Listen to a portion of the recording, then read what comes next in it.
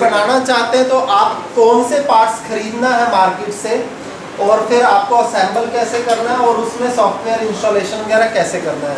We will try to go fast क्योंकि हम लोगों के पास टाइम लिमिटेड है। तो सबसे पहला कंपोनेंट जो आपको चाहिए होता है, जो डिसीजन होता है ना पूरे कंप्यूटर का, वो प्रोसेसर से शुरू होता है कि आप जो भी कंप्यूटर बनाना चाहते हैं उसमें स्टार्ट होती है first component that we select from the market. Computer बनाने के लिए हार्ड डिस्क नहीं सिलेक्ट करेंगे, कैबिनेट नहीं, मदरबोर्ड नहीं, कुछ और नहीं। सबसे पहले हम क्या लेंगे, दुकानदार से खरीदेंगे तो प्रोसेसर। और प्रोसेसर किसी के अंदर 2 प्रोसेसर लगे हुए हैं, किसी के अंदर 4, किसी के अंदर 6, किसी के अंदर 8 लगे हुए हैं प्रोसेसर। तो ये आप लोग देख लीजिए, बस ध्यान रखिए इनकी कितने ना डैमेज कर दीजिए, ठीक है। हाँ आराम से, तो आप ग्रुप बना लीजिए। ये प्राइस क्या है इसका? एक प्रोसेसर जो है मतलब डिपेंड का 1 लाख रुपए 1.5 लाख रुपए तक का भी होता है। 2000 आपको 2000 का आप लेना भी चाहेंगे।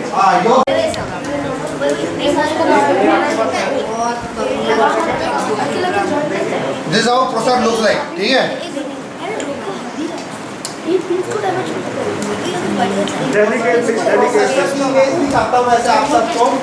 प्रोसेसर जैसे जो इंटेल के प्रोसेसर होते हैं ना, उनमें ऐसी डिजाइन होती है। और कॉन्टैक्ट बनाने के लिए कितने मदरबोर्ड में होती है, मदरबोर्ड देखेंगे, पिंस मदरबोर्ड में होती है कॉन्टैक्ट बनाने के लिए। ये इंटेल का प्रोसेसर दिखाई दे रहा है, ये AMD का प्रोसेसर है। मतलब 2 कंपनियां हैं सर पे, आप लोगों ने नाम पढ़ना है कि लिखा क्या है, चाहे तो क्लीन कर लीजिए कपड़े से, उस पे ये इंफॉर्मेशन लिखी रहती है। इंटेल कोर i3 3240 420 ऐसा 3.4 GHz। तो अभी आप लोगों को वो इंफॉर्मेशन पढ़ के बताना है क्या लिखा हुआ है प्रोसेसर के ऊपर। नंबर पढ़ो। हर एक प्रोसेसर का एक नंबर होता है। जैसे ये इंटेल का प्रोसेसर है और इसका ये नंबर है i3 3240। अभी आप थोड़ा स्ट्रेट है।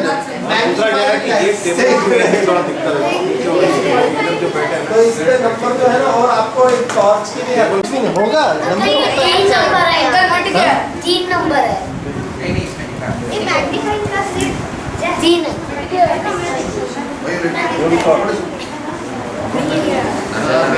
अंकल इसमें मिट गया नंबर अंकल 3 है।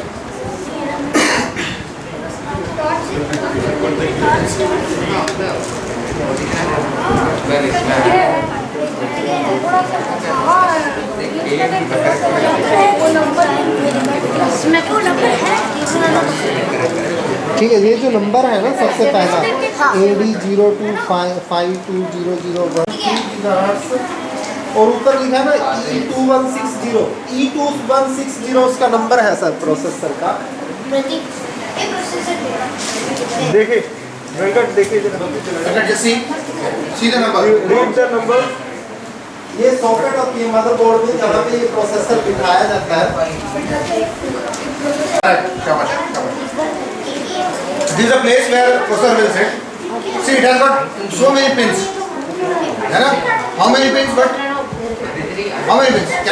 Can anybody count? We'll count it.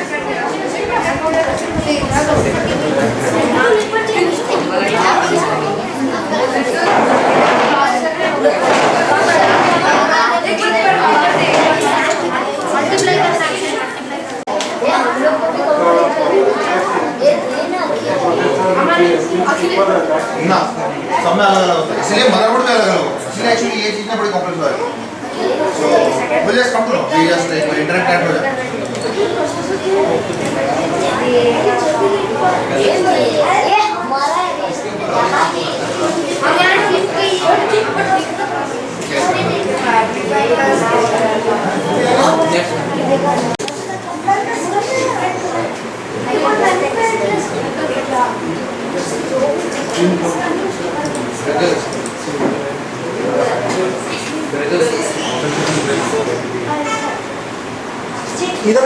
रहता है, उसका स्पेसिफिकेशन क्या है। ये देखिए, ये जो प्रोसेसर आपको दिखाई दिया ना 2160 एक सही तरह से नहीं दिख रहा इधर, अब दिख रहा है। देखो ये जो प्रोसेसर था ना, इस प्रोसेसर का नंबर था E2160 और ये 2006 में लॉन्च हुआ था। 65 नैनोमीटर इसकी लिथोग्राफी है। लिथोग्राफी का मतलब होता है वो एक्चुअली ये जो बनता है ना प्रोसेसर, सिलिकॉन वेफर पे बनता है, उस वेफर की थिकनेस है, थिकनेस उस वेफर की 65 mm है और ये इसके अंदर 2 कोर हैं। किसी प्रोसेसर में 2 कोर होते हैं, किसी में 4, किसी में 6, 8, 10, 12 ऐसे होते हैं। तो इस प्रोसेसर के अंदर 2 कोर हैं और इसकी बेस फ्रिक्वेंसी जो है 1.8 गीगाहर्ट्ज़ है, ठीक है। और ये सब कैश में है ना 8.8 गीगाहर्ट्ज़ पे, तो ये 65 वाट पावर कंज्यूम करेगा। और इसकी जो सॉकेट है ना, जिस सॉकेट में ये फिट बैठेगा उस सॉकेट का नंबर है LGA775। प्रॉब्लम नहीं, आप लोगों को आधी चीजें समझ में नहीं आई तो प्रॉब्लम नहीं है, देख सकते हैं। अभी मैं ना यहाँ एक काम करता हूँ, इस प्रोसेसर में जाता हूँ, प्रॉपर्टीज। अभी जो इस पीसी का प्रोसेसर है वो कौन सा है, जो मेरा प्रोसेसर है प्रोसेसर i7-7770K और 4.2 गीगाहर्ट्ज़ का है। इसी का अगर स्पेसिफिकेशन मुझे देखना i7-7700K। ऐसे कीजिए, आप लोग ढूंढिए और मुझे बताइए स्पेसिफिकेशन। आपके पास है ना स्मार्टफोन कुछ है? नहीं हो नहीं लेके आए क्या? अच्छा नहीं स्मार्टफोन बोला नहीं। अच्छा हाँ इसमें देखना, इसमें सर्च कर दो, सर्च कर दिखा दे, उस इधर भी आ जाए।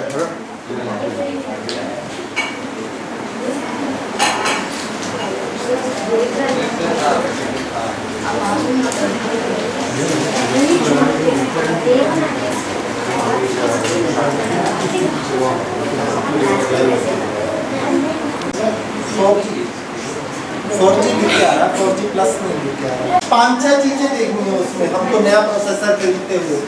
आपने देखा ना, आपको पता है ऑलरेडी कि प्रोसेसर i3 होते हैं, i5 होते हैं, i7 होते हैं। i3 से ज़्यादा फास्ट i5 होते हैं, i5 से ज़्यादा फास्ट i7, उससे ज़्यादा फास्ट i9 भी होते हैं, ठीक है। और जनरेशन होता है, जनरेशन मतलब जैसे फर्स्ट जनरेशन आया था i3 की बात करें तो एक ही टाइप की बात करें तो जैसे i3 है उसमें फर्स्ट जनरेशन आया था, second generation, third generation, fourth generation, जैसे जैसे नई जनरेशन आती जा रही है, भले ही वो i3 है लेकिन वो फास्ट होता जा रहा है विद न्यूअर जनरेशन। i5 में भी ऐसा ही है, with newer generation it becomes more and more fast. i7 में भी ऐसा ही है, इंप्रूवमेंट होता जाता है। तो हमने जो अभी एक प्रोसेसर देखा था ना यहाँ पे, मैं एक फोटो दिखा रहा था, ये जो प्रोसेसर है i3 है ना, i3-3240, इसमें जो पहला डिजिट है ना 3 जो लिखा हुआ है 3240 का, ये बताता है ये थर्ड जनरेशन का प्रोसेसर है, ठीक है। i3 प्रोसेसर और थर्ड जनरेशन का प्रोसेसर है। तो अभी जैसे मेरे कंप्यूटर की मैंने स्पेसिफिकेशन की बात की थी, तो मेरा प्रोसेसर जो था i7 है और कौन सी जनरेशन का है? 7th जनरेशन का है, ठीक है। दूसरा हमको क्या देखना है, स्पीड जो होती है ना प्रोसेसर की गीगाहर्ट्ज में होती है। कोई प्रोसेसर 1.8 गीगाहर्ट्ज का, जैसे हमने अभी देखा ना एक 2160 प्रोसेसर, वो कितना था 1.8 गीगाहर्ट्ज का। कोई प्रोसेसर 2 गीगाहर्ट्ज का, 3 गीगाहर्ट्ज का, 4 गीगाहर्ट्ज का, 5 गीगाहर्ट्ज का। मेरा प्रोसेसर कितने का था? 4.8 गीगाहर्ट्ज,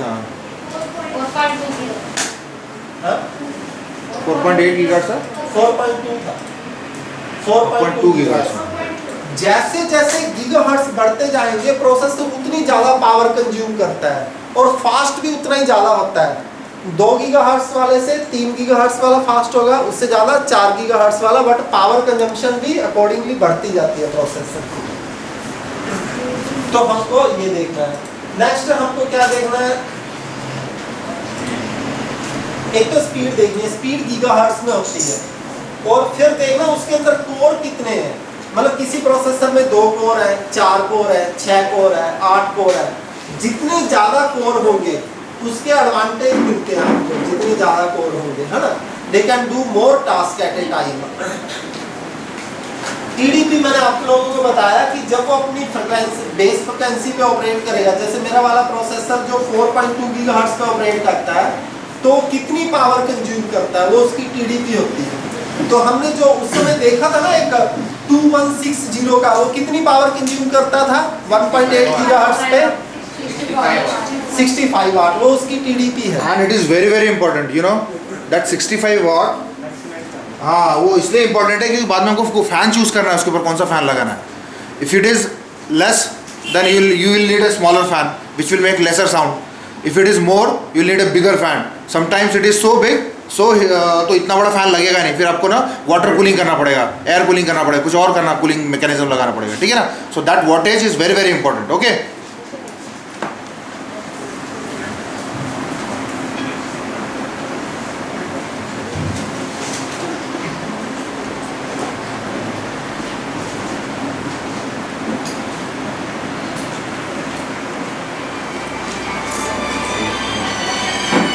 स्पेसिफिकेशन देखते हैं 4770 इसकी देखो,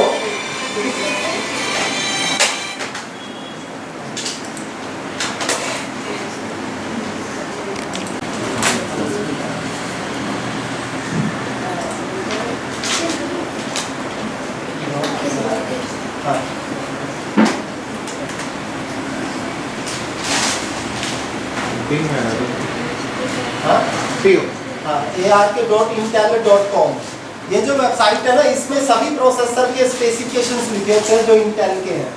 तो इसमें जाएंगे तो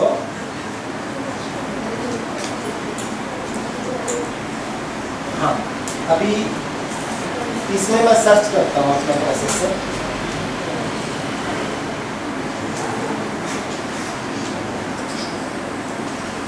फोर 770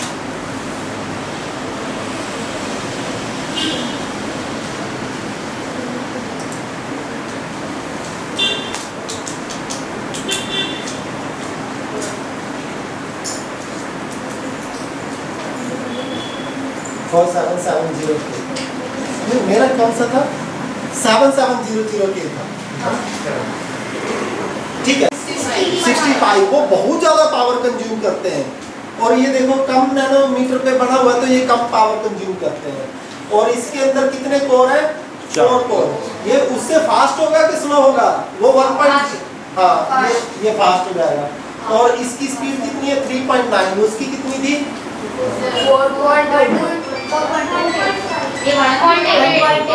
वो 2160 की 1.8 2160।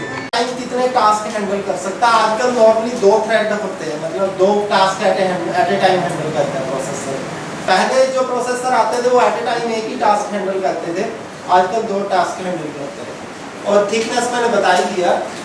अभी आपको कि किस पर्पज के लिए पीसी डिजाइन करना है, जैसे हम ऑफिस में काम करते हैं तो हमको काम के पर्पज के लिए डिजाइन करना है, घर में गेम्स खेलने के लिए डिजाइन करना है। अगर गेमिंग के लिए डिजाइन करना है तो आपको ज़्यादा गीगाहर्ट्ज वाले प्रोसेसर लेना चाहिए, जिसमें ज़्यादा गीगाहर्ट्ज होगा उसमें गेम फास्ट खेली जा सकती है। और अगर ऑफिस काम करना है तो आपको जिसमें ज़्यादा कोर होंगे, 2 की बजाय 4 होंगे तो और फास्ट होगा, 4 से 6 होंगे तो और बढ़िया होगा, समझ रहे हैं। ऑफिस वर्क करना है, वीडियो एडिटिंग करनी है, फोटोशॉप करना है, तो आपको नंबर ऑफ कोर ज़्यादा चाहिए। अगर आपको गेम खेलनी है तो आपको क्या ज़्यादा चाहिए, गीगाहर्ट्ज ज़्यादा चाहिए। तो गीगाहर्ट्ज आपको देखना है। तो आप बाकी बेंचमार्क होते हैं, हर प्रोसेसर के बेंचमार्क को क्या होते हैं, गूगल में जाके देख सकते हैं किस प्रोसेसर, जैसे आपने मान लीजिए 2-3 प्रोसेसर सिलेक्ट कर लिया, अब 2-3 में से कौन सा बेस्ट है उनको कंपेयर कर सकते हैं बेंचमार्क के बेसिस पे। तो अभी प्रोसेसर आप लोगों को पता लग गया, आप लोगों ने देख भी लिया प्रोसेसर, ठीक है। नेक्स्ट जो होता है ना, प्रोसेसर के कंपैटिबल मदरबोर्ड लेना होता है। तो पहले आप मदरबोर्ड देख लीजिए। मदरबोर्ड में ये एक सॉकेट होती है, यहाँ पे प्रोसेसर बैठता है, और हर सॉकेट में प्रोसेसर नहीं बैठता, हर प्रोसेसर का अलग सॉकेट होती है, और AMD वालों की अलग सॉकेट होती है, इंटेल वालों की। ये AMD का मदरबोर्ड है तो ये AMD की सॉकेट अलग है, और यहाँ पे इंटेल का मदरबोर्ड किसी के पास है तो उसकी, हाँ ये इंटेल का है तो उसकी सॉकेट अलग होती है। हाँ ये लिखा होता है, ये Pass it on.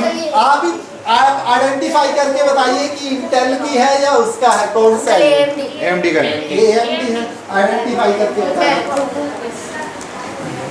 अच्छा एक डाउट आया मेरे को मेरे को भी नहीं पता ये दूसरा कोई प्रोसेसर, कोई भी एक ब्लैंक प्रोसेसर में उठा लो, कोई भी एक रैंडम प्रोसेसर में उठा लो और कोई भी एक मदरबोर्ड उठा लो, उसमें लगा दो तो लगेगा क्या? क्यों नहीं लगेगा? क्योंकि वो सॉकेट का नंबर होता है। हाँ पिंस है ना, पिंस का नंबर अलग अलग होगा ना। तो अभी एक है ना इसमें, तुम्हें पूछा ही नहीं नंबर ऑफ पिंस कितनी है, पूछो।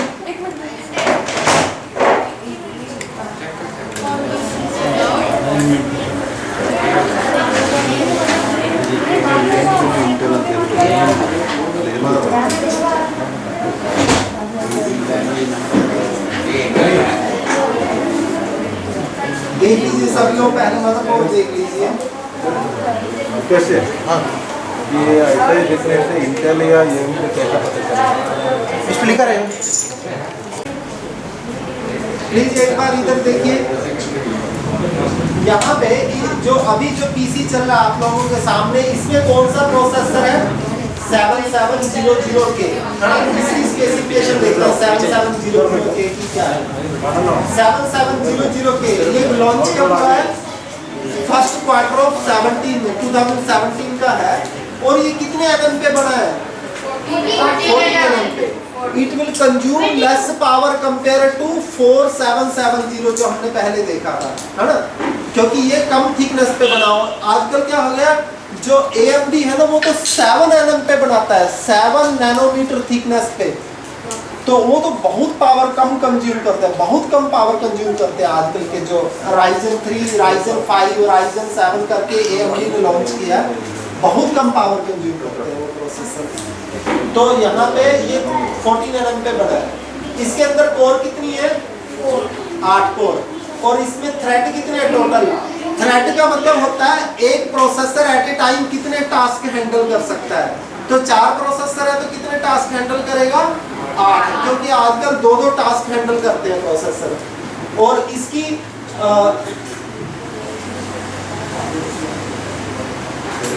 इसकी जो बेस फ्रिक्वेंसी है, बेस फ्रिक्वेंसी कितनी है? 4.2। और इसकी TDP क्या है? 91 वाट। जब ये बेस फ्रिक्वेंसी पे ऑपरेट करेगा 4.2 गीगाहर्ट्ज पे, तो कितनी पावर कंज्यूम करेगा? 91 वाट। और ये मैक्सिमम कहां तक जा सकता है? बेस फ्रिक्वेंसी से ऊपर भी ऑपरेट कर सकता है, 4.5। और ये 4.5 पे ऑपरेट करता है तो और ज्यादा पावर कंज्यूम करेगा ये। 91 तो तब है जब वो 4.2 पे, 4.5 पे ऑपरेट करेगा तो और ज्यादा पावर कंज्यूम करता है। तो इसको बोलते हैं टर्बो फ्रिक्वेंसी, जो उसके ऊपर ऑपरेट होता है। और जो इसकी मिनिमम फ्रिक्वेंसी ऑपरेट करने की वो ये है। अब मदरबोर्ड की सिलेक्शन की बात करते हैं यहाँ पे। तो how processor decides the selection of motherboard. मैंने बताया ना, मदरबोर्ड की सिलेक्शन प्रोसेसर पे डिपेंड करती है। तो यहाँ पे अगर हम देखेंगे तो ये जो है ना सॉकेट, कौन सी सॉकेट इसमें लगती है? ये है LGA 1151। What is 1151? LGA 1151। कोई भी मदरबोर्ड जिसके अंदर LGA 5 ये वाली सॉकेट होगी ना 1151, वो वाला मदरबोर्ड ही इस प्रोसेसर में बैठेगा। तो हम लोग देखते हैं कि LGA 1151 वाले मदरबोर्ड कौन से हैं, है ना? What is 1151? सॉकेट का नंबर है। That is also pin, number of pins, no?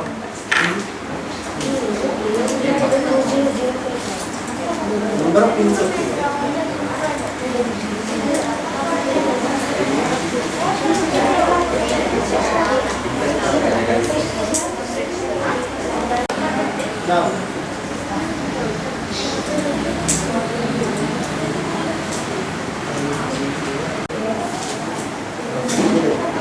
ये मदरबोर्ड है MSI का Z170। इसमें कौन सी सॉकेट लगी हुई है? LGA 1151। इस मदरबोर्ड में वो प्रोसेसर फिट हो जाएगा जो अभी मैंने दिखाया ना 7700 के। तो इसमें देखें, इसमें भी ये जो आसूस का मदरबोर्ड है इसमें भी लग जाएगा। और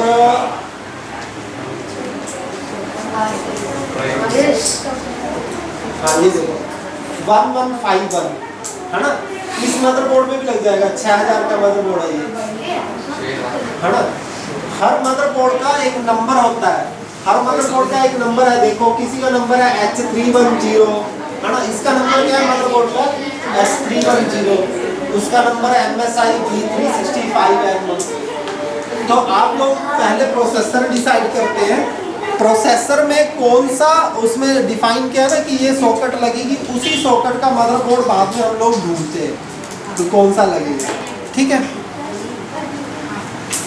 किसी को डाउट है? मृदुल हाँ हाँ नंबर वो AMD की उसकी वेबसाइट पे जाके देखो। आपने ये नंबर देखा था ना, सिर्फ प्रोसेसर देखा था, प्रोसेसर पे एक नंबर देखा था ना वो, हाँ सर, वो उसका स्पेसिफिकेशन में जाके देखा था हमने, उसमें कौन सा सॉकेट था, वो सॉकेट से हम मदरबोर्ड चूज किया। कुछ नहीं करेगा AMD में कैसे करना है? एक क्वेश्चन पूछो, बताना कोई आसिंग क्वेश्चन आप।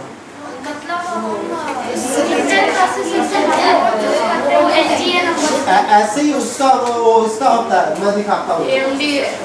मदरबोर्ड का He is asking some question. Listen everybody. जय थोड़ा जोर से बोल, एक और क्वेश्चन पूछ। जैसे मैं बताता हूँ AMD अभी प्रोसेसर में LGA नंबर होता है, उससे हम मदरबोर्ड का कंपैटिबिलिटी देखते हैं। कैसे चेक करेंगे? AMD का कैसे? मैं दिखाता हूँ। AMD Ryzen 3600 है ना, Ryzen 5300 है, ठीक है। देखो but normally they are not making compatible for business. ये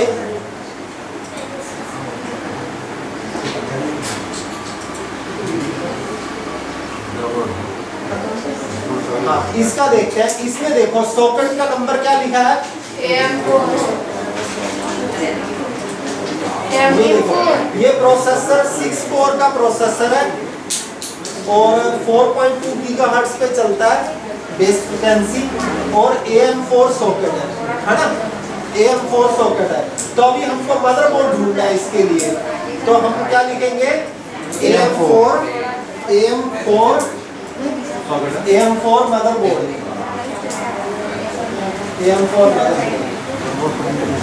by number.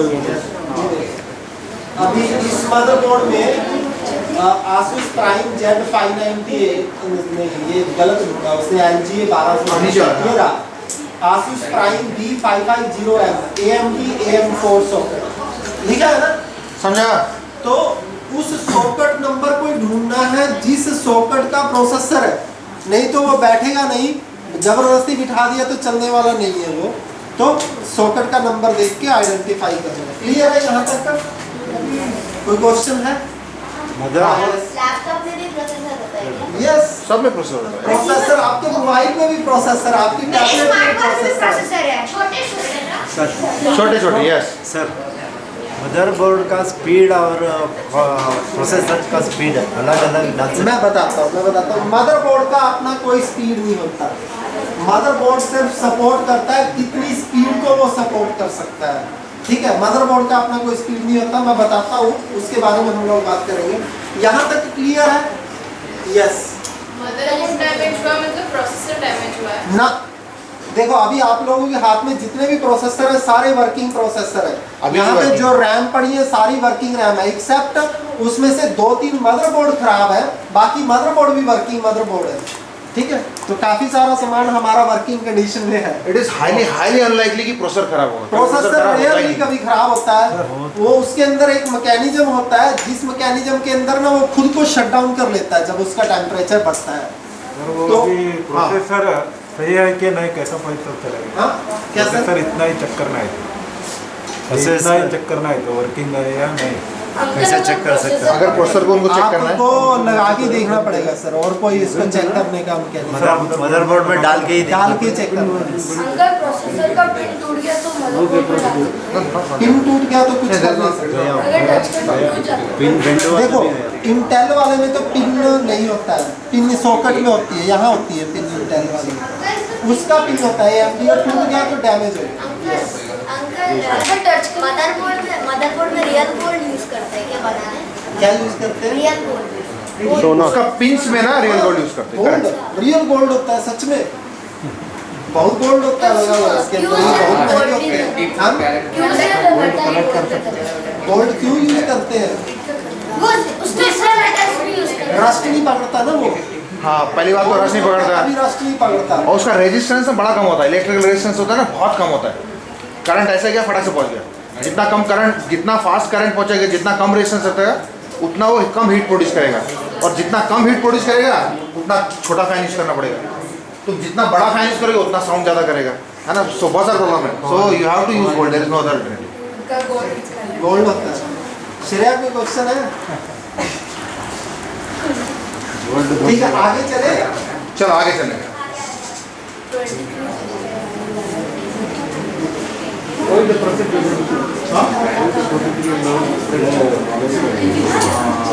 अच्छा, अभी हमने मुत्तू सर ऐसा question,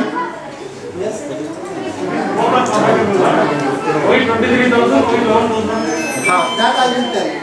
Now my question. Muthu sir is asking why one price is 23,000 and why one price is 11,000? देखो, good one pattern. Processor never good one pattern. Motherboard भी 1 लाख रुपए का भी मिलेगा, 5,000 का भी मिलेगा। तो हमें कौन सा खरीदना है ना? मदरबोर्ड। प्रोसेसर का हमको समझ में आया। प्रोसेसर देखो, प्रोसेसर आपको 3,000 का भी मिलेगा, 30,000 का भी मिलेगा, 1 लाख रुपए का भी मिलेगा। अब प्रोसेसर कौन सा सिलेक्ट करना है वो आपके बजट पे डिपेंड करता है। और बजट और आपकी रिक्वायरमेंट क्या है, दोनों में ऑप्टिमाइज करना है। आपकी रिक्वायरमेंट बहुत हाई फाई है लेकिन बजट नहीं है। अब या फिर आपकी बजट तो बहुत है लेकिन देखनी सिर्फ मूवी है, देखनी मूवी है तो 3,000 का प्रोसेसर भी काम करेगा, कोई काम करना नहीं है, है ना। आपने मतलब डिपेंड करता है एप्लीकेशन का। आपने वीडियो एडिटिंग करनी है, आपको स्ट्रॉन्ग चाहिए। आपको एनिमेशन करना है तो और ज़्यादा स्ट्रॉन्ग चाहिए, है ना, ज़्यादा प्रोसेसर चाहिए। तो एप्लीकेशन क्या है और आपका बजट क्या है, उससे आप प्रोसेसर डिसाइड करते हैं। अब प्रोसेसर से मदरबोर्ड पे आते हैं। मदरबोर्ड भी आपको 5,000 का भी मिलेगा, 50,000 का भी मिलेगा। तो आपने कौन सा सिलेक्ट करना है? तो मदरबोर्ड की अपनी स्पेसिफिकेशंस है, वो हम देखेंगे अभी, ठीक है।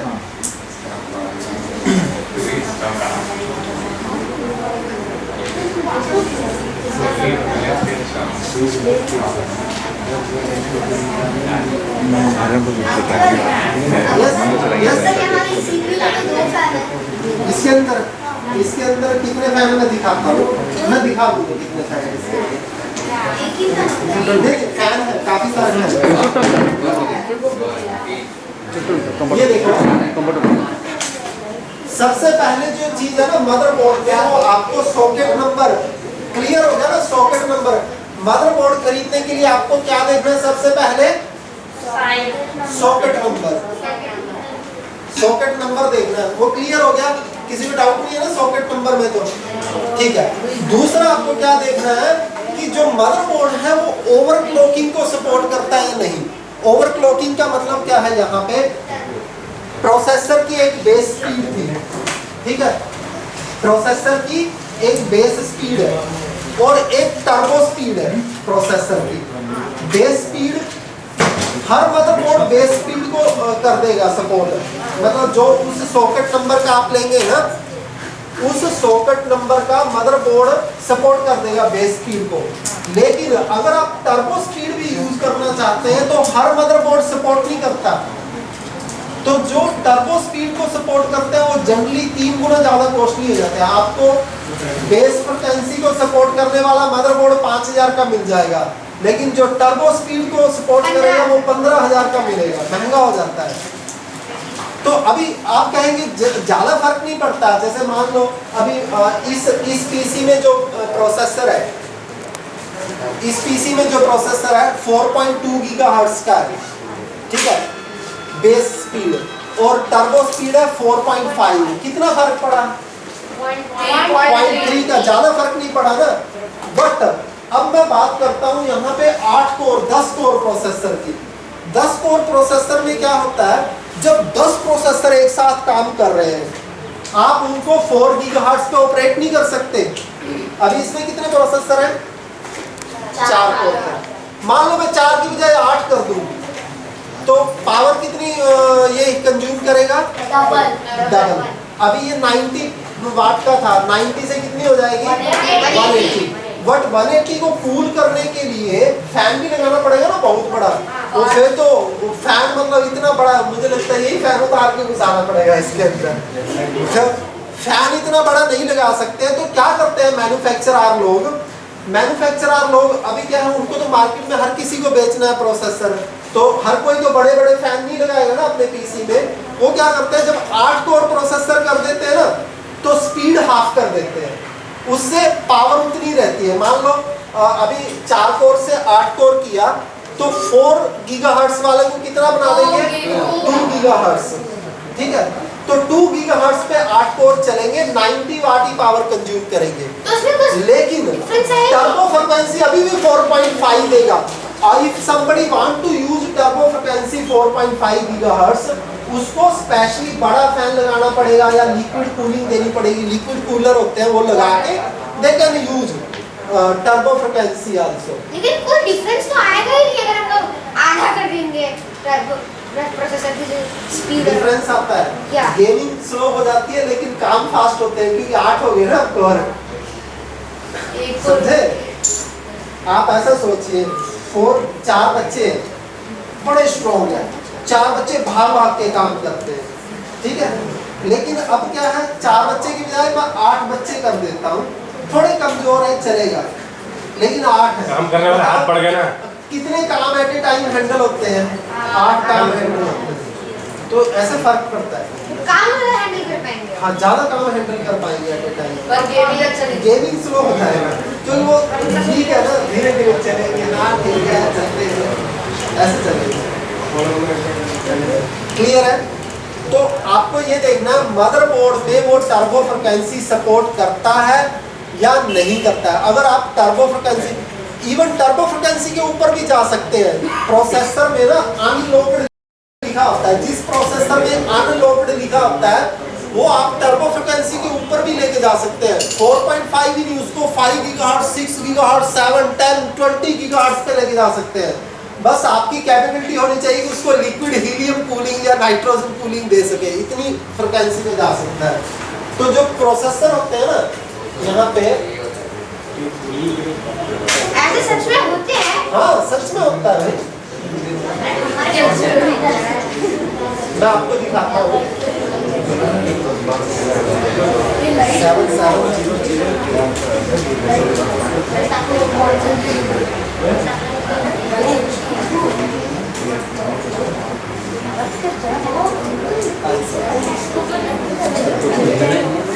ये देखो, यहाँ पे क्या वर्ड लिखा हुआ है? अनलॉक्ड।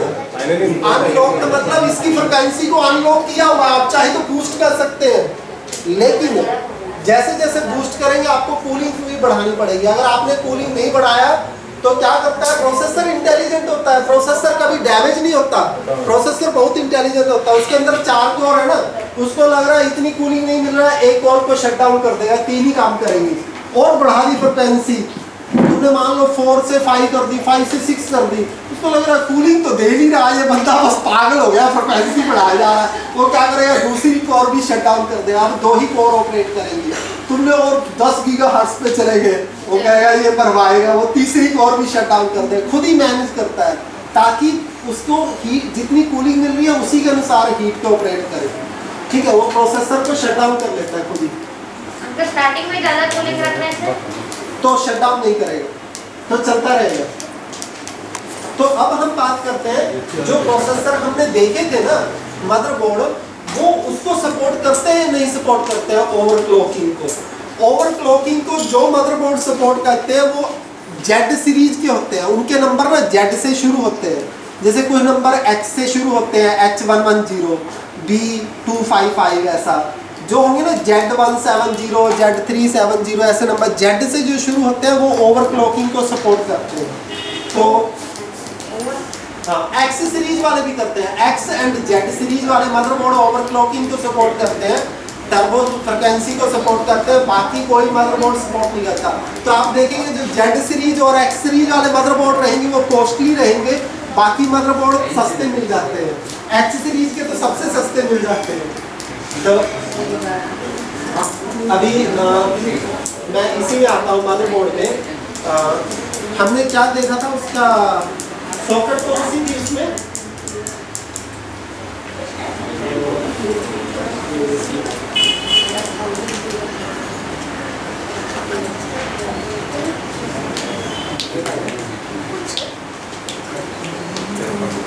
हाँ, इसमें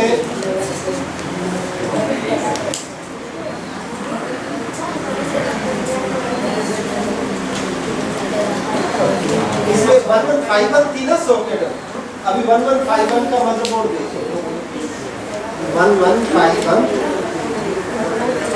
हाँ, तो ये देखो, ये लिक्विड कूलर चाहिए होगा, ठीक है। अभी ये देखो, ये वाला जो है आसूस का Z590A, ये टर्बो फ्रिक्वेंसी को सपोर्ट करेगा। अगर आप देखेंगे ना, इसमें आप टर्बो फ्रिक्वेंसी को सपोर्ट करता है। इसके नीचे का देखते हैं, इसके नीचे ये जो है ना B550M, कंफ्यूजन है तो आप पूछ सकते हैं क्वेश्चन, डाउट है? कैसे पता चलता है कि वो टर्बो फ्रीक्वेंसी को सपोर्ट करता है? उसके अंदर लिखा होता है स्पेसिफिकेशंस में।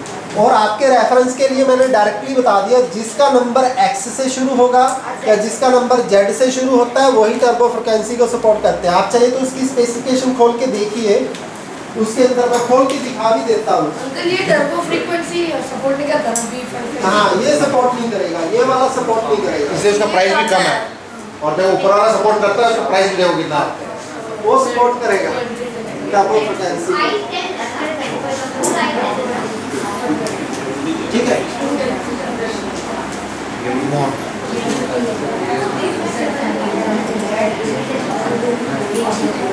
यहाँ पे ना मैं एक और दिखाता हूँ इंटेल प्रोडक्ट्स।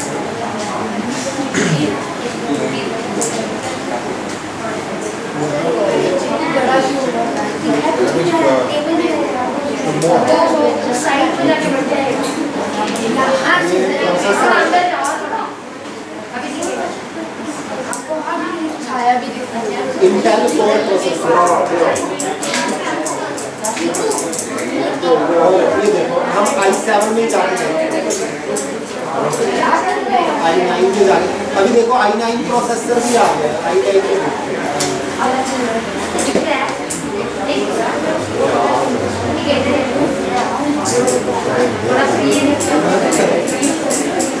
ये देखो i9 प्रोसेसर जो है, i9 प्रोसेसर, इसमें कोर कितने हैं? 16 कोर है। और टर्बो फ्रिक्वेंसी देखो कितनी है, 5। अरे भाई ध्यान दे दो, अच्छे ध्यान दे दो प्लीज। बेस फ्रिक्वेंसी देखते हैं, बेस फ्रिक्वेंसी क्या है इसकी? एक मिनट में खोलता हूं इसकी स्पेसिफिकेशन। बेस फ्रिक्वेंसी क्या है?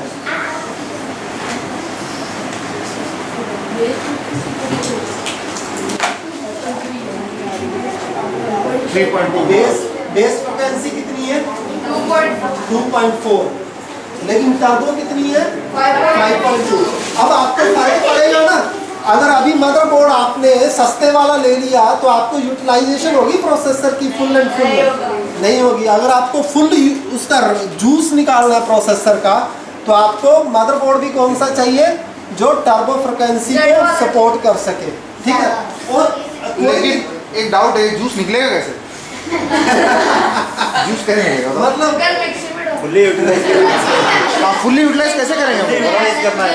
नहीं, फुल्ली यूटिलाइज कैसे करेंगे? वो ये अपना IGI खेलता रहेगा या फिर कोई गेम खेलता रहेगा, उससे जूस थोड़ी निकलेगा? निकलेगा क्या? नहीं, अगर तुम ना वीडियो एडिटिंग करते रहोगे, वो 4K वीडियो एडिटिंग करते रहो, तब जाके जूस निकलेगा। वो तो हम तुम करेंगे नहीं। एनिमेशन बनाना है, जब एनिमेशन बनाना है तब जूस निकलेगा। ऑटो कैड होता है, जैसे बिल्डिंग की वो बनाते हैं ना, 3 डायमेंशनल बिल्डिंग्स। हाँ, यस।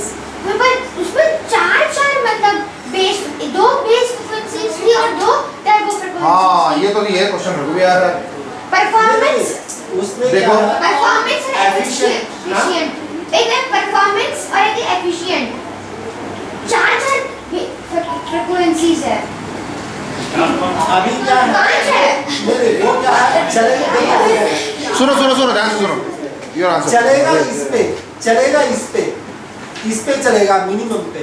आपको ज़्यादा और परफॉर्मेंस लेनी है तो उसको बूस्ट अप करते जाना है फ्रिक्वेंसी को, लेकिन पावर भी बढ़ती जाएगी। इस फ्रिक्वेंसी पे चलेगा तो 125 पावर कंज्यूम करेगा, जैसे जैसे बढ़ाते जाओगे पावर भी बढ़ती जाएगी। और 5.1 पे 241 इस एयर कूलर से कूल नहीं होता। जो एयर कूलर होते हैं ना ये वाले, इससे कूल नहीं होता, हमको लिक्विड कूलर चाहिए, लिक्विड कूलिंग देनी पड़ेगी। वो मैं बताऊंगा लिक्विड कूलर होते हैं। ठीक है, यहाँ तक क्लियर है? यहाँ तक क्लियर है? ठीक है। अच्छा, तुमको कुछ क्वेश्चन पूछा था, बीच में किसी ने हाथ उठाया था? हाँ, वही क्वेश्चन। अच्छा, यहाँ पे देखो एक लिखा है कंपैटिबल प्रोडक्ट्स। कंपैटिबल प्रोडक्ट पे मैं क्लिक करता हूँ तो इस प्रोसेसर के कंपैटिबल कौन से मदरबोर्ड है यहीं पे दिखा देगा।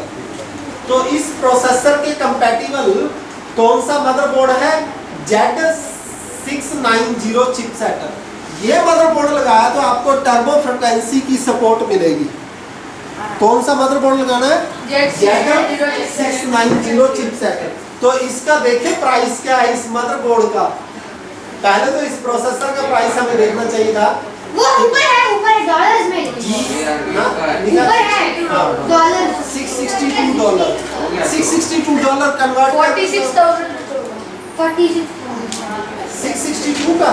हाँ 662 अरे वाह। अच्छा, ये देखते हैं मदरबोर्ड G690 चिपसेट। उसमें क्लिक कर लीजिए। G690 मदरबोर्ड चिपसेट था वो। हाँ, वो चिपसेट ही होता है। अब ये देखो कितने का मदरबोर्ड है? 47। 16 कोर ऑपरेट करने हैं। कितने कोर थे उसमें? 16 कोर। और कितनी फ्रिक्वेंसी पे ऑपरेट करने हैं? 5.1 गीगाहर्ट्ज पे। तो आपको 50,000 मदरबोर्ड पे खर्च करना पड़ेगा। यस। कल वो मदरबोर्ड और प्रोसेसर दोनों साथ में ले, मतलब जोड़कर क्यों बेचते नहीं है, अलग अलग क्यों बेचते हैं? जोड़ के भी आते हैं, लेकिन मदरबोर्ड खराब हो जाता है ना तो आपको प्रोसेसर भी फेंकना पड़ता है। मदरबोर्ड खराब हो जाते हैं अक्सर 3-4 साल 5 साल डिपेंडिंग ऑन आपका यूसेज कैसा है, खराब हो जाते हैं, उसके कैपेसिटर खराब हो जाते हैं, वो फेंकने पड़ते हैं। जैसे यहाँ पर है तो क्या करेंगे, प्रोसेसर भी फेंक देंगे। प्रोसेसर कितने का था? 42,000 का। हाँ। तो 42,000 का प्रोसेसर भी जाएगा हमारा। अरे और एक मदरबोर्ड नहीं ले सकते सेट टू सेट? अगर प्रोसेसर बाहर निकलता है तो ले सकते बाहर हैं। निकलता है तो हम दूसरा मदरबोर्ड लेके फिर बिठा देंगे।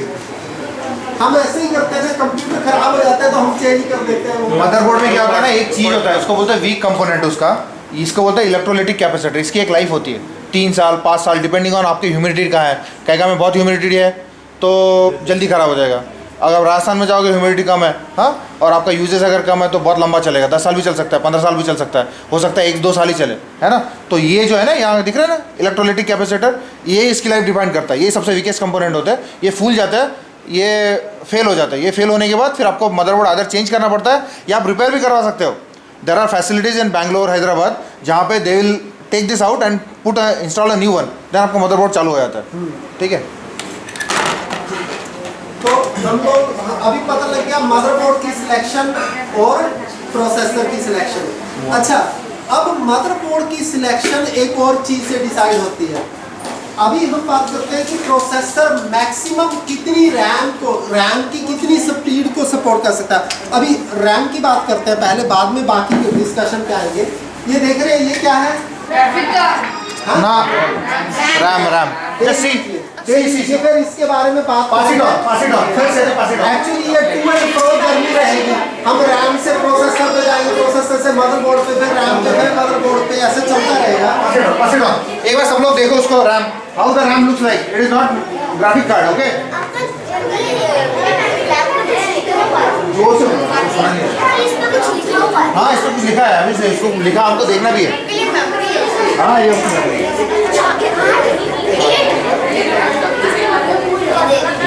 can you see, just use, after you see na, pass it on, back side you pass it on.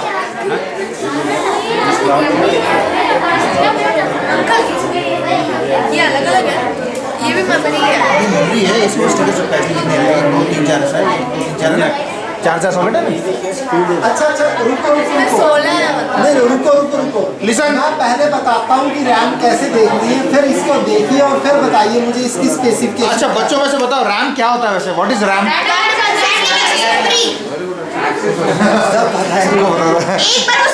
एक बार कंप्यूटर शट डाउन कर दे वो वापस वो मेमोरी कभी नहीं आएगी। हाँ शाबाश, वेरी गुड। वो एक बार रहती है। बोल क्या बोलो?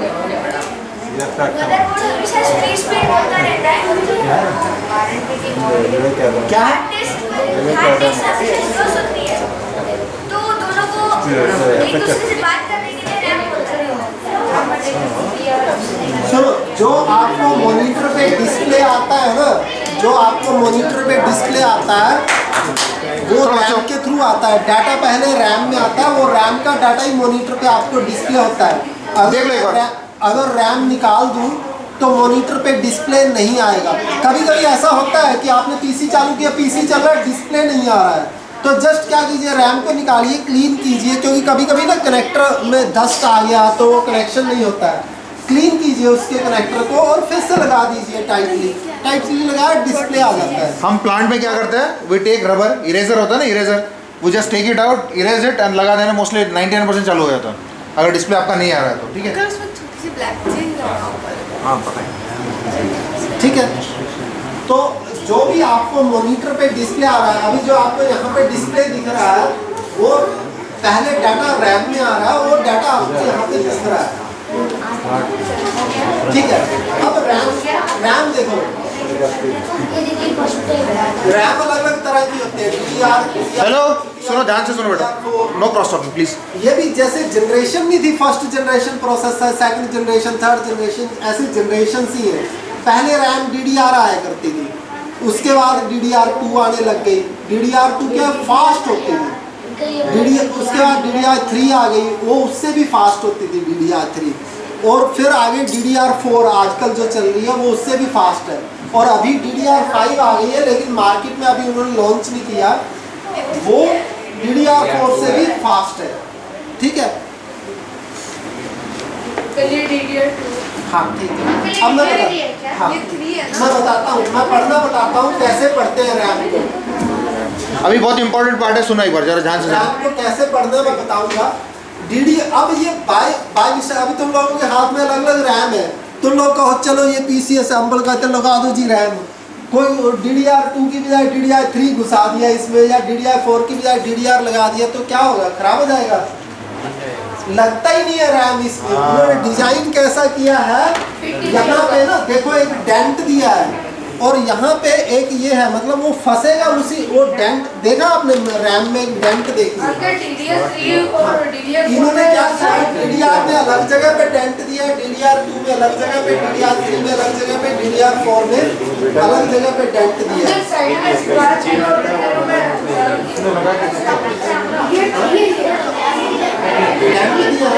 हाँ, वो रैम गलत मदरबोर्ड में लगी नहीं सकती, मतलब अगर मदरबोर्ड में DDR3 लगनी है तो DDR3 ही लगेगी, उसमें DDR2 या DDR4 लगेगी नहीं रैम। ठीक है,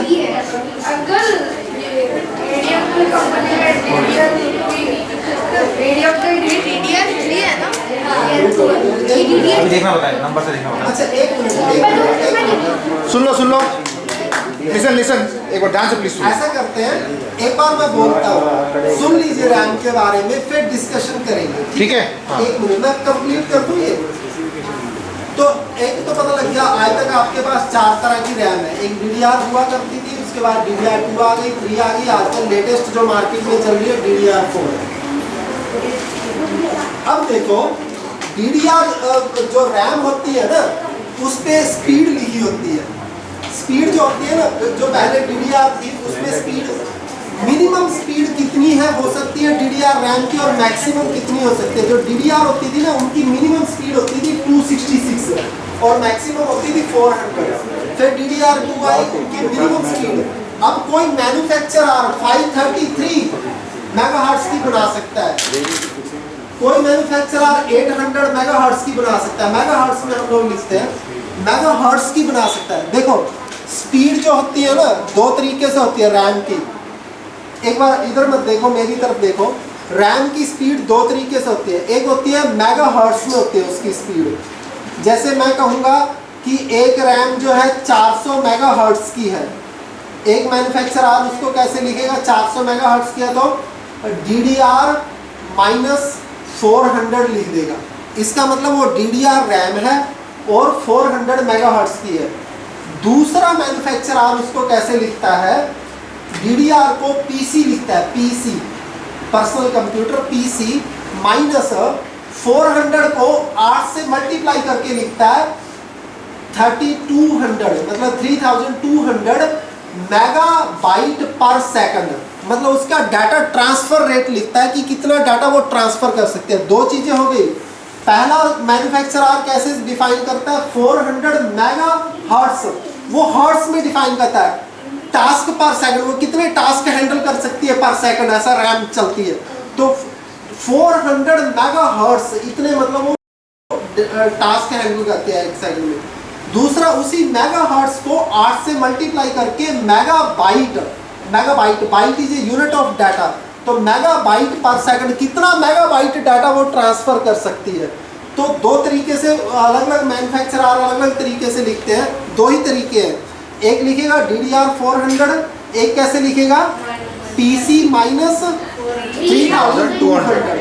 अच्छा DDR2 को DDR2 माइनस 800 लिखा है एक मैन्युफैक्चरर ने। दूसरा पता कैसे लिखा DDR2 को, PC2 माइनस 6400, 800 था ना तो 6400।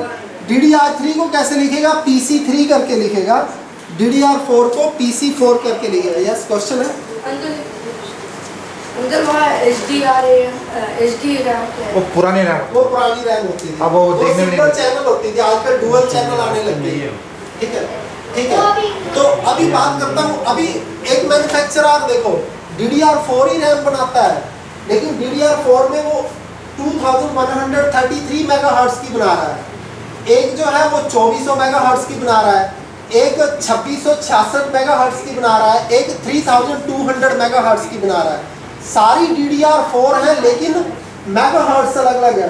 तो जैसे जैसे मेगाहर्ट्ज बढ़ते हैं कॉस्ट भी बढ़ती जाती है, वो फास्ट होती है रैम। तो DDR4 ही, ऐसा नहीं है कि DDR4 रैम है तो सारी रैम सेम ही है DDR4 ना।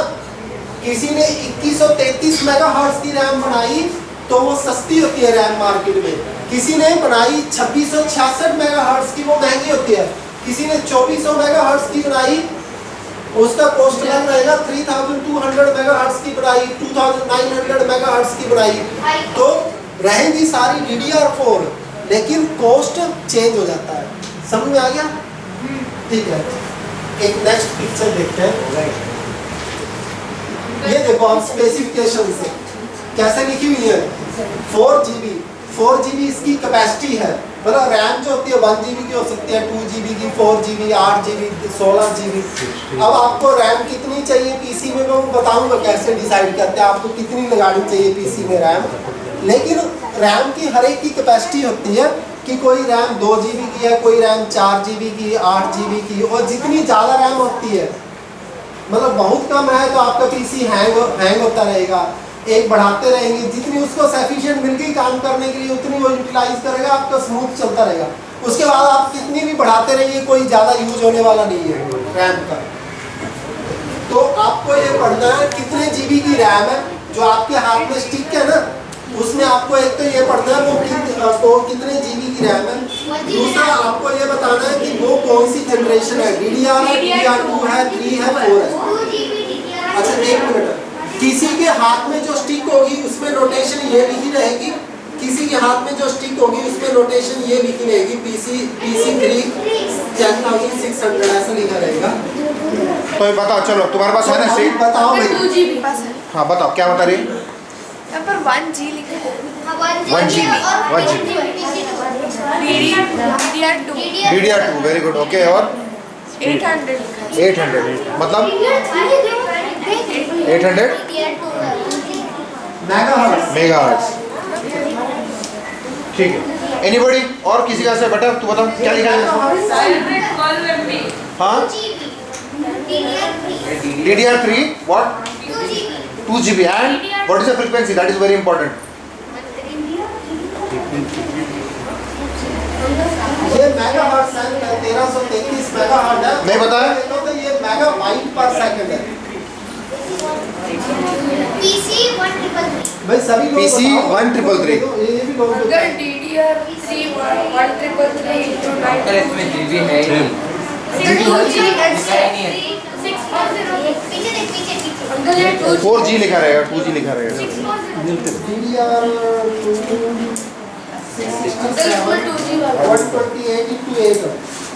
इसमें क्या है, देखो इसकी लिखी हुई है 128/8 है इसकी मेमोरी, तो कितनी हुई 2 GB की हो गई है। ठीक है, लिखा हुआ है 8 मॉडल है इसके अंदर 128 MB। अंकल ये 1333 हाँ 1333 मेगाहर्ट्ज की है, DDR3 है, 2 GB के है। चलो पीछे देखते हैं क्या है। श्रेया तुम भी बताओ, कोई बताओ देख के। हाँ? रैम पकड़ो ना, तुम ले लो, क्या बैठे हो ऐसे? कौन सी है ये? DDR2 frequency 666। ये लो, सबने देख लिया? दिखाओ किससे पास करो, हर्षी को पास करो, हर्षी को लो।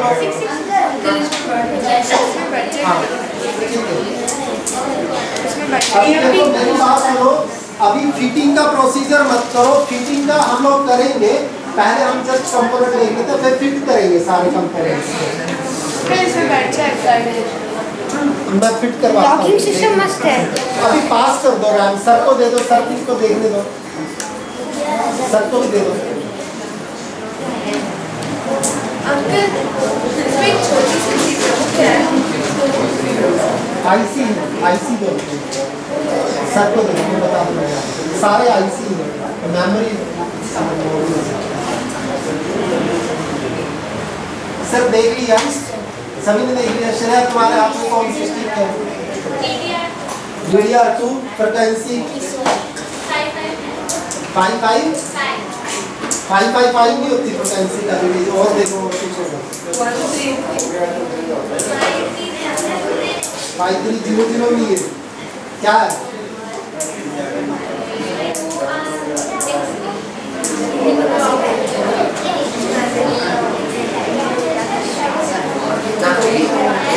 अभी 4GB हुआ पर प्राइस कितना होता है? हाईएस्ट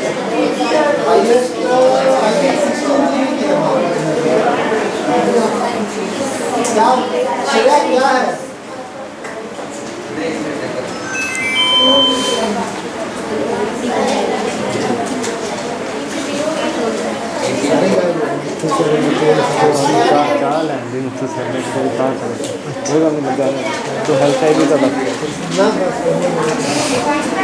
देख लिया सबने, क्या आइडेंटिफाई किया? श्रेया क्या तुम बता ही नहीं क्या था इसका? अंकल ये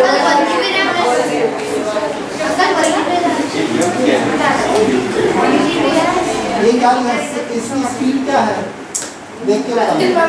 एक मिनट श्रेया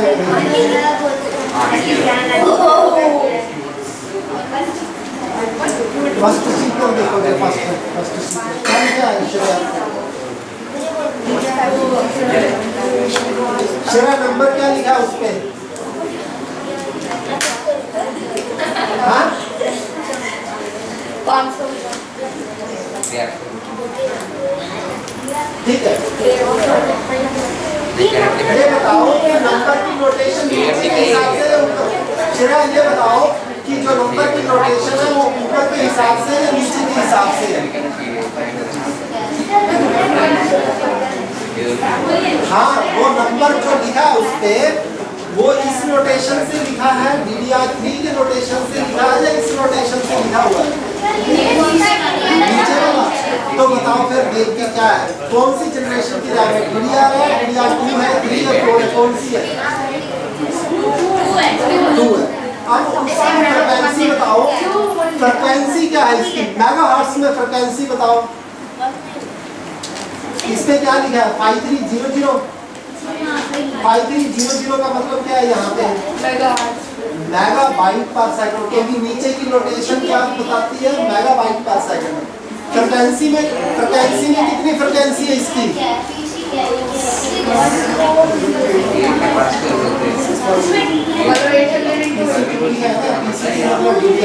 इस नोटेशन में देखो ना, इस नोटेशन में 5300 को उसमें कन्वर्ट करके बताओ मेगाहर्ट्ज में कैसे करोगे कन्वर्ट? हाँ, डिवाइडेड बाय 8 से डिवाइड करो 5300।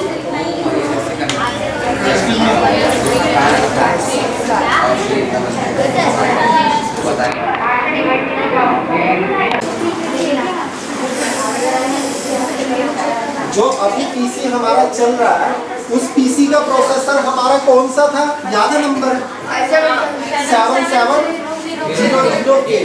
ठीक है, अभी इसमें हम देखते हैं कि ये कितनी फ्रिक्वेंसी को सपोर्ट करता है। ये प्रोसेसर सपोर्ट करता है, चलो देखते हैं।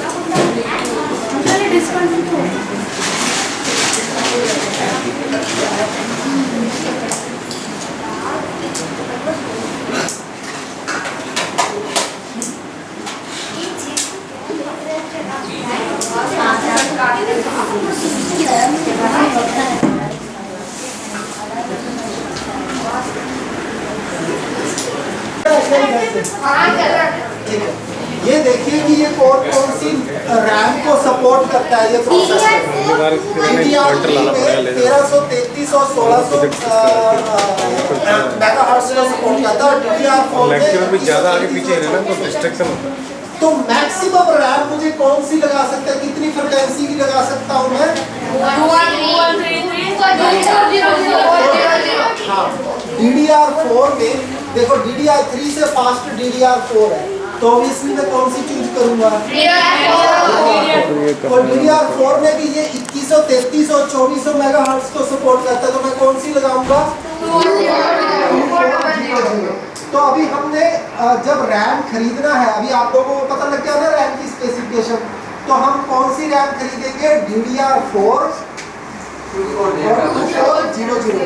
मैं 3200 मेगाहर्ट्ज की लगा दूंगा तो फायदा ही नहीं है कोई लगाने का, क्योंकि maximum it can support only up to 2400।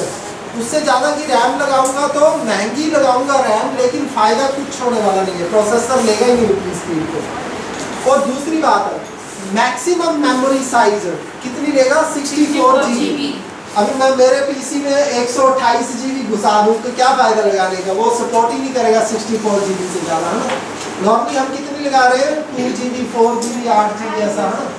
Maximum support करेगा ऑडियो बता दीजिए। ऑडियो वो एक रैम जो लगाना 64 GB के रैम होते हैं। हाँ, 64 GB के रैम होते हैं। 16 GB की 4 लगा दो। देखो हाँ, इसमें मदरबोर्ड में ऐसे स्लॉट होते हैं, 1 2 3 4, देख रहे हैं किसी मदरबोर्ड में? ये देखो इधर से दिखा, मैं इसकी फोटो दिखा देता हूँ।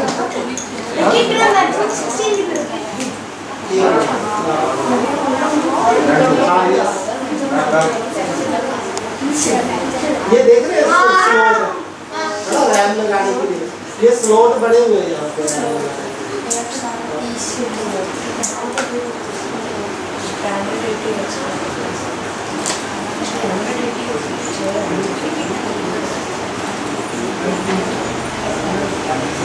यहाँ पे ये स्लॉट है ना, यहाँ ये स्लॉट देख रहे हैं यहाँ पे 1 2 3 4 स्लॉट लगे हुए हैं। ब्लैक दिख रहा है आपको? ब्लैक, ठीक है ना? अंकल एक स्लॉट 16 GB सपोर्ट करता है। ये जो भी मदरबोर्ड की स्पेसिफिकेशन में लिखा होता है वो हम देखेंगे। वो सब सफेद वाले हैं। एक्चुअली इसमें मत जो हमारा दिमाग है कि वो चला रहा है। ये देख रहे हो 4 स्लॉट पड़े हुए हैं। किसी मदरबोर्ड में 4 स्लॉट होते हैं, छोटे होते हैं साइज के मदरबोर्ड तो उसमें 2 स्लॉट भी होते हैं। जैसे ये मदरबोर्ड है, इसमें 2 स्लॉट है। इसमें 2 स्लॉट है। ओके, मिडिल में ये There are only 2 slots here, है ना? Sometimes there are 4 slots. But this is very important.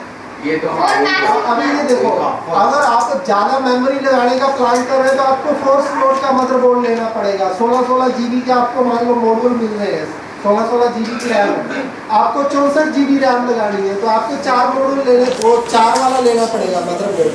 अगर आप 32 GB से सहमत है तो फिर आप 2 रैम ये भी ले सकते हैं। अब कभी कभी क्या होता है, मान लो मैंने मदरबोर्ड ये ले लिया, इसमें कितने स्लॉट हैं? 4 स्लॉट है, और मुझे 4 GB की 2 रैम लगानी है, तो मुझे कहाँ पे लगानी चाहिए? क्या मैं कहीं भी लगा सकता हूँ? चारों स्लॉट में लगा सकता हूँ, कोई इशू नहीं है लगाने में, कहीं भी लगा सकते हैं। There is a catch. हाँ, क्या है, रैम आप कहीं भी लगा सकते हैं, कोई इशू नहीं है, कंप्यूटर प्रॉपरली काम करेगा। लेकिन जो सिमिलर कलर है ना, अगर उनमें लगाओगे तो 2 रैम सिंक्रोनाइजेशन में चलेंगी, परफॉर्मेंस बेटर मिलती है। तो जो मैन्युफैक्चरर होता है कलर कोडिंग कर देता है कि कौन सी रैम सिंक्रोनाइजेशन में चलेगी। तो यहाँ पे देखेंगे तो फर्स्ट एंड थर्ड सिंक्रोनाइजेशन में चलेगी। अगर आप 2 मेमोरी स्टिक लगा रहे हैं तो फर्स्ट एंड थर्ड में लगाइए, या फिर सेकंड या फोर्थ में लगाइए, सेकंड एंड फोर्थ में लगाइए। अगर आप 3 मेमोरी मॉड्यूल लगा रहे हैं, 3 रैम लगा रहे हैं, तो आप फर्स्ट थर्ड में एक पेयर लग जाएगा और दूसरा सेकंड या फोर्थ किसी में भी लगा दीजिए, ठीक है। लेकिन अगर उसने कोई कलर कोडिंग नहीं किया है तो बाय डिफॉल्ट 1 एंड 3 सिंक्रोनाइजेशन में चलते हैं, 2 एंड 4 सिंक्रोनाइजेशन में चलते हैं। लेकिन वो जो थर्ड, अगर हम 3 लगा रहे तो जो हम लोग ना दूसरा लगाए जिसके पास कोई सिंक्रोनाइजेशन नहीं है वो उतना अच्छे से काम नहीं करेगा ना। हाँ, मतलब उतनी परफॉर्मेंस मिलेगी, लेकिन मिलेगी उससे भी एडिशनल तो है, लेकिन सिंक्रोनाइजेशन जैसे अभी ये है, ये देखो यहाँ 1/3 नहीं है, उसने मैन्युफैक्चरर ने कैसे डिजाइन कर दिया, ये 2 सिंक्रोनाइजेशन में चलेंगी और ये 2 सिंक्रोनाइजेशन में चलेंगी। तो कलर कोडिंग देखना है, कलर कोडिंग नहीं है तो आप 1 एंड 3 में लगाना है या फिर 2 एंड 4 में लगाना है। क्लियर है? ठीक है, तो क्वेश्चन है कोई? नहीं ना? Next to तो हम यहाँ पे बात कर रहे थे मदरबोर्ड की एक और थी। एक तो हमने देखा मदरबोर्ड सिलेक्ट करते हुए सॉकेट नंबर, सॉकेट पूरा हो जाएगा, है ना? इसको भी जल्दी करना पड़ेगा। सॉकेट याद है 1151 1155 बैटरी गई। ऐसा नंबर। अरे। दूसरा था कि वो ओवरक्लॉकिंग को तो आपका इसकी बैटरी गई। तीसरा होता है बैटरी कि उसमें आउटपुट पोर्ट कौन से हैं, क्योंकि ये भी बड़ा इंपॉर्टेंट है। आपको मान लीजिए आउटपुट, ये देख रहे हैं पीछे आउटपुट पोर्ट दिखाई देते हैं यहाँ पे, जहाँ से आउटपुट मिलती है, ठीक है। अब इसमें वो सिर्फ VGA पोर्ट दे रहा है या फिर DVI पोर्ट दे रहा है या HDMI पोर्ट दे रहा है, डिस्प्ले पोर्ट दे रहा है, वो पोर्ट होते हैं। जैसे ये VGA पोर्ट है जहाँ से हम मॉनिटर को कनेक्ट करते हैं, अरे तो वो कौन सा पोर्ट दे रहा है? इसका तो पोर्ट बैटरी है क्या? ये तो गया बैटरी इसका। गया मोबाइल से। सर ये मदरबोर्ड स्मार्ट टीवी में भी होते हैं? हाँ, मदरबोर्ड स्मार्ट टीवी। बिना उसके स्मार्ट टीवी नहीं। तो ये देखो, ये जो VGA इनपुट की आपको VGA बैटरी दिखा खत्म। देते हैं ना ब्लू कलर की, इसके लिए जो केबल होती है इसमें ये ब्लू कलर की केबल लगती है, ठीक है। हाँ, ये आपको 3K तक का डिस्प्ले प्रोवाइड कर सकता है, लेकिन ये एनालॉग डिस्प्ले देता है। सुनिए मेरी बात, ऐसा करो, सुनो डांस। घर चले जाओ, आप बातें कर लो, मुझे प्रॉब्लम नहीं है, कम से कम दूसरों को सुनने दो, मुझे डिस्टर्ब हो रहा है। या तो आप मेरी सुनिए या आप अपनी बात कीजिए, एक ही काम कीजिए, ठीक है। ये ब्लू पोर्ट जो है इसको VGA पोर्ट बोलते हैं। एनालॉग सिग्नल आता है इसमें से, एनालॉग देखो सिग्नल 2 तरह के होते हैं, एनालॉग सिग्नल, डिजिटल सिग्नल। इसमें 3K तक का सुना ना आपने, full HD, 4K, 2K, 8K ऐसा होता है। ये 3K तक का दे सकता है, लेकिन एनालॉग सिग्नल देता है, ठीक है। और ये लेंथ भी लिमिटेड बनानी पड़ती है, क्योंकि एनालॉग सिग्नल जैसे जैसे लेंथ केबल की बढ़ती जाती है वो सिग्नल डिटीरियोरेट हो जाते हैं। तो इसलिए हम नॉर्मली इसको प्रीफर नहीं करते इस डिस्प्ले को। दूसरा आजकल डिस्प्ले आता है जो DVI बोलते हैं उसको, DVI-D, मतलब डिजिटल आता है, DVI बोलते हैं। और इसमें ना मैं आपको दिखाता हूँ, इस पीसी में है वो पोर्ट, यहाँ पे ये कवर लगा हुआ है, देख रहे हैं यहाँ पे पोर्ट है, और इसकी पिन भी अलग होती है। इसमें से आपको फुल एचडी सिग्नल दे देता है, डिजिटल सिग्नल दे देता है, लेकिन आपको ऑडियो नहीं देता है। फुल एचडी क्या, मुझे लगता है 4K तक भी दे देता है, ऑडियो नहीं देता, ऑडियो ट्रांसमिशन नहीं होता है, डिजिटल सिग्नल ट्रांसमिशन होता है, इसलिए लेंथ कितनी लंबी बना सकते हैं इस केबल की, ऑडियो ट्रांसफर नहीं होता है इस केबल में। नेक्स्ट होता है हमारा HDMI, वो ऑडियो भी ट्रांसफर करता है, वो हर चीज ट्रांसफर करता है। हाँ, वीडियो HDMI में ये आपको ऑडियो भी ट्रांसफर कर देता है और डिजिटल सिग्नल भी। और HDMI के भी स्टैंडर्ड होते हैं, पहले 1.4 आती थी, वो फुल एचडी तक करती थी ट्रांसफर, फिर 2.0 आ गई, वो 4K तक ट्रांसफर कर देती है, फिर 2.1 आ गई, 2.0 बोलते हैं, 8K तक ट्रांसफर कर देती है, प्लस ऑडियो भी ट्रांसफर कर देती है। इसके अलावा आता है, इसमें ये देखो जरा HDMI अवेलेबल है क्या, क्या क्या अवेलेबल है बताइएगा कौन से पोर्ट अवेलेबल है जरा देख के बताओ। whether VGA is available, whether VGA is available, see देखो VGA, DVI, HDMI कौन सा पोर्ट अवेलेबल no, है? that is not VGA, this is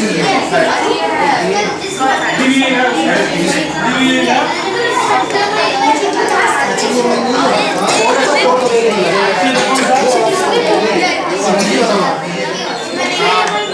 HDMI नहीं है, DVI है, DVI है, ये तो VGA है, DVI है, DVI ये